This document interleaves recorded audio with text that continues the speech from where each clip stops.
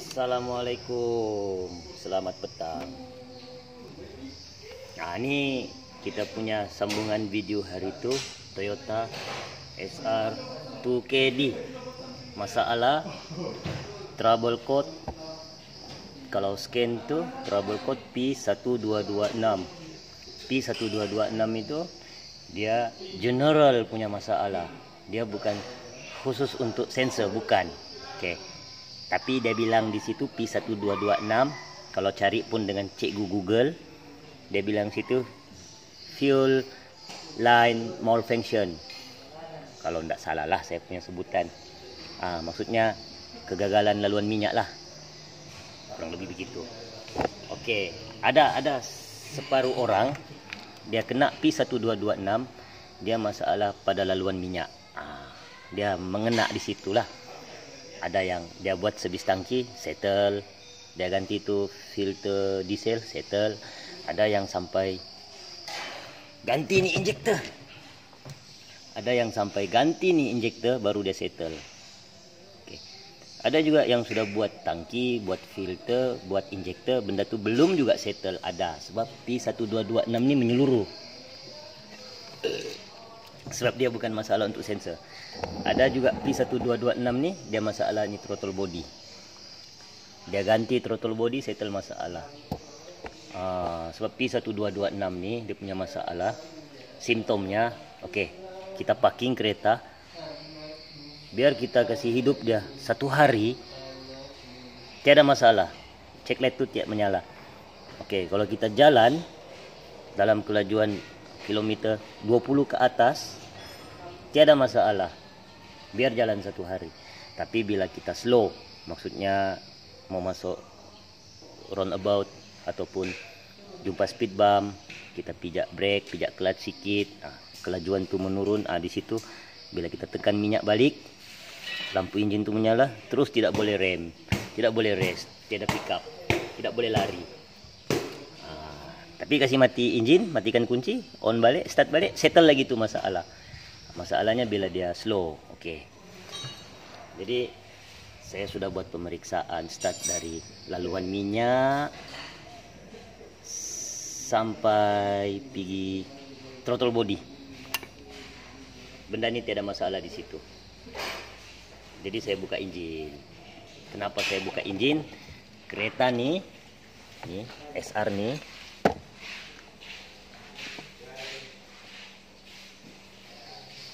minyak enjin pandai kurang. Minyak enjin tu dia tembus ke ruang pembakaran ni. Ini blok. Ini silinder head. Ini blok. Dia tembus di sini, ruang pembakaran ni. Tuh.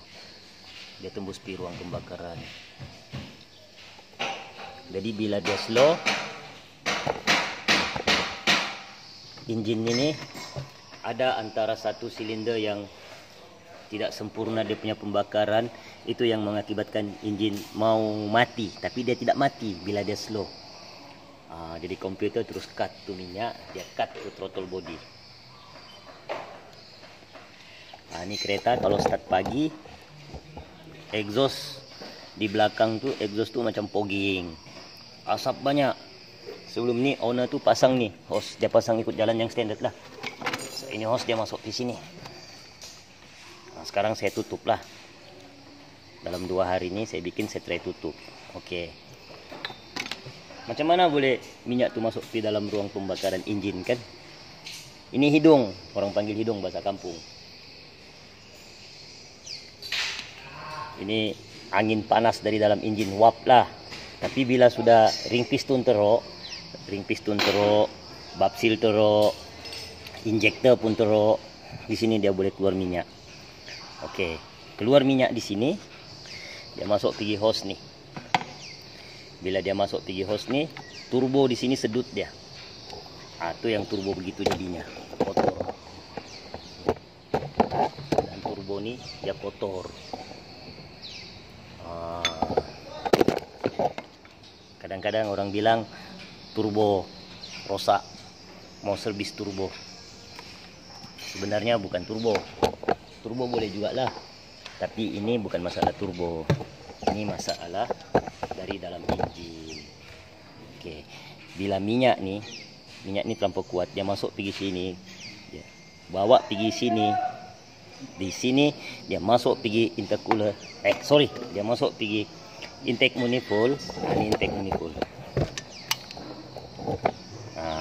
Kalau dia masuk pergi intake manifold nih, ruang intake manifold ini penuh minyak engine. Di dalam nih minyak engine, nih minyak engine. Baru minyak engine nih dia tembus pipa pembakaran, dia kasih sumbat juga EGR. Oke, itu satu. Yang ini, ini model engine sekarang lah, rata-rata injektor dia duduk di dalam silinder head macam begini.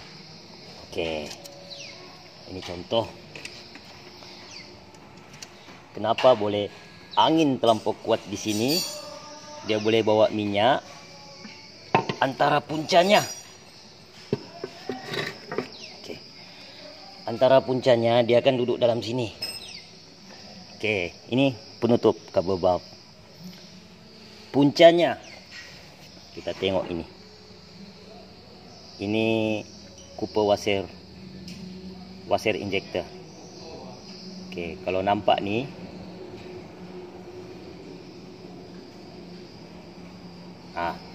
kalau nampak nih, ruang yang bersih nih, ruang yang rapat pada injektor. So, dia di sini. Oke, dia begini. Di bawah nih, ruang letupan. Letupan tuh dia mesti buang 3 exhaust. Jadi bila washer nih tidak rapat, letupan tuh dia boleh tembus di sini. Dia tembus di sini. Jadi angin letupan tuh bila dia tembus, dia naik di sini. Di sini kan ada penutup.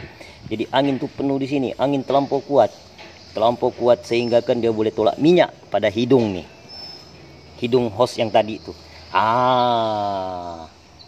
Ini masalah. Ini masalah yang utama lah. Nih, kalau boleh nampak kan? Yang bersih nih, yang kuning nih, maksudnya dia rapat. Tapi yang hitam tuh, itu hitam bukan kotor, itu hitam asap exhaust. Dia tembus tuh. Nih.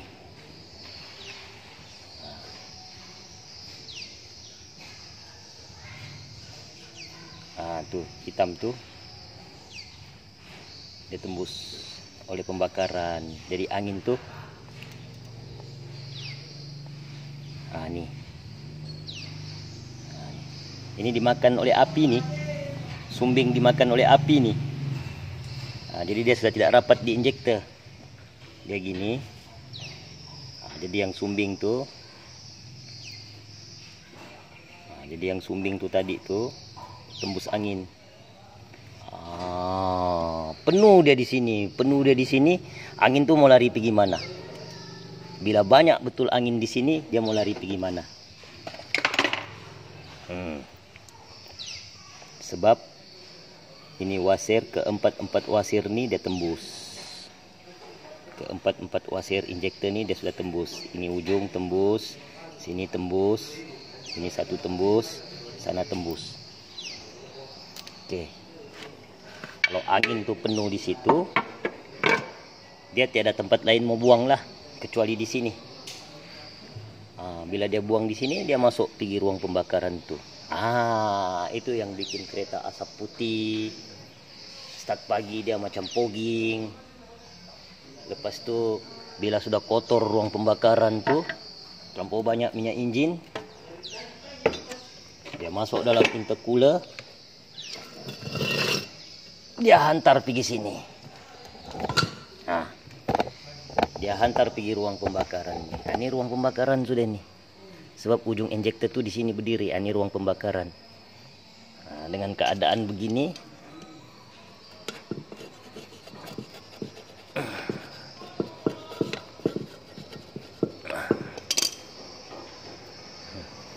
carbon nih.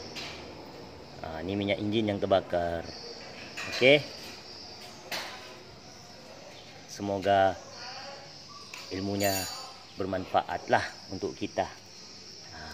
Itu pentingnya satu, jaga servis untuk mengelakkan bapsil keras, untuk mengelakkan ring piston haus. Yang keduanya lagi,